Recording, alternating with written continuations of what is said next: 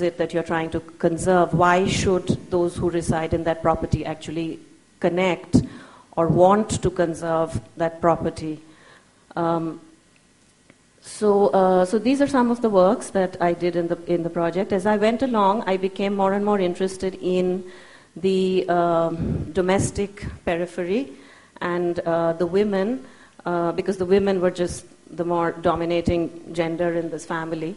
And but also it seemed to me that the very basis of the whole notion of conservation stemmed from the domestic sphere. It seemed to me like what actually went on in that house, what it stood for, the people who lived there, the way in which they lived, their lifestyles. All of this were the reasons to conserve the building, and not just not just for the sake of the architecture itself, which is also beautiful and worth conserving. But I thought the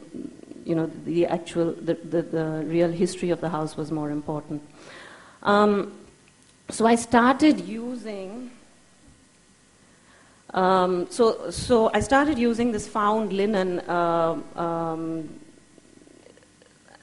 when I made this project. So there was a lot of old crochet and just old linen which belonged to my mother-in-law's trousseau and her mother's trousseau and so on. They were like colonial leftovers that I found stashed away, and this became the basis of this project, and I started using it to make my work. I also started using these perforated paper screens, handmade paper screens that I created, and I would set them up like obstacles in an installation area, and I would sort of force the viewer to negotiate these obstacles in order to reach the focal point of the installation. So this was the second work in the project. It was called No Male Issue, and it had all sort of 7 female mannequins, each with a name, surrounding a tea table, and it sort of addressed the ritual of tea, which is a very colonial ritual that we have inherited, and particularly in Kolkata, the Bengalis are very fond of their Darjeeling tea and drink it as a ritual. But there was all this discussion that went around the tea table, and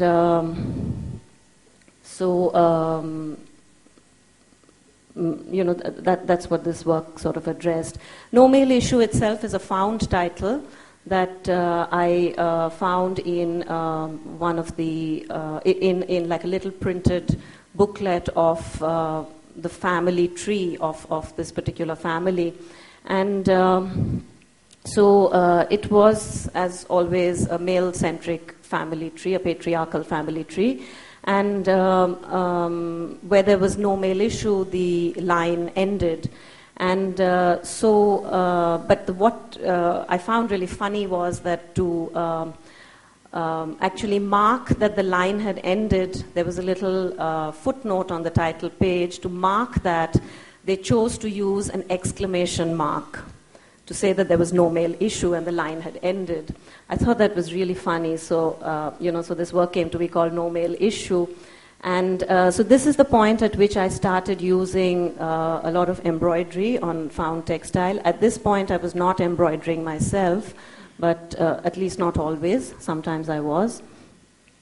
And I was getting the embroidery done. But here, material and medium sort of become increasingly more and more significant.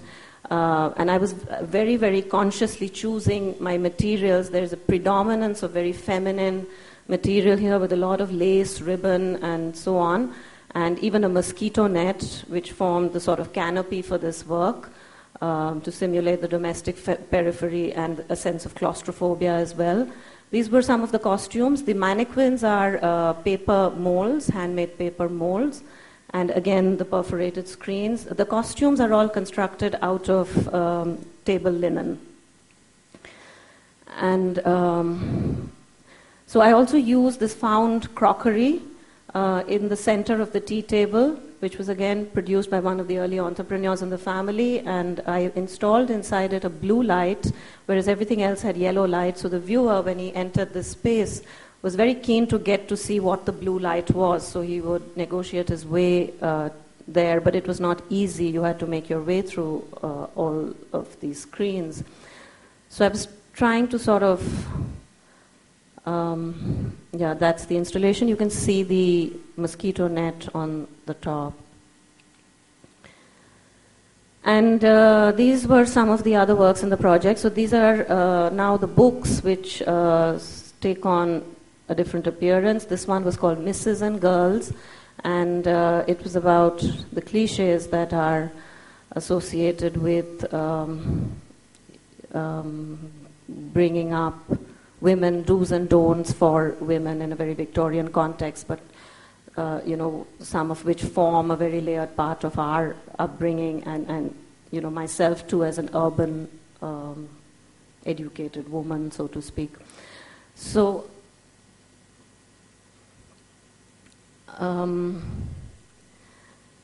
so this is a combination of etching and embroidery again, and glass etching. It was a set of 8 panels. The book later got expanded into other versions. This one was called Run Run, and again this is a combination of handmade paper and etching, and finally it got made into an edition as diptychs, and that's how it was installed. And this is the last page of the book. These are the 2 pages of the diptych.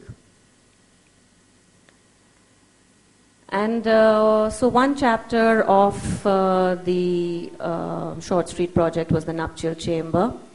And this is the main work in the nuptial chamber, where it's the nuptial chamber itself.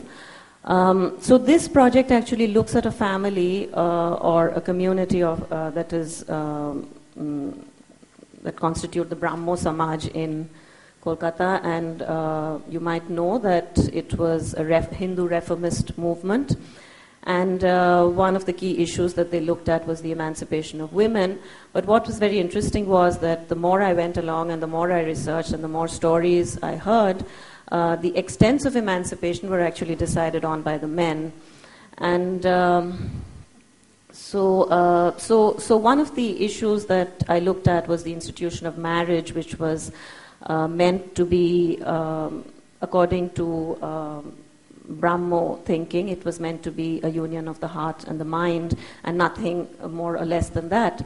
That was to be the key deciding factor. But of course, they became social and political and economic liaisons, and nobody quite knew what happened in the bedchamber, so to speak. And so this was the bedchamber itself. And I had, again, a tablecloth pieced together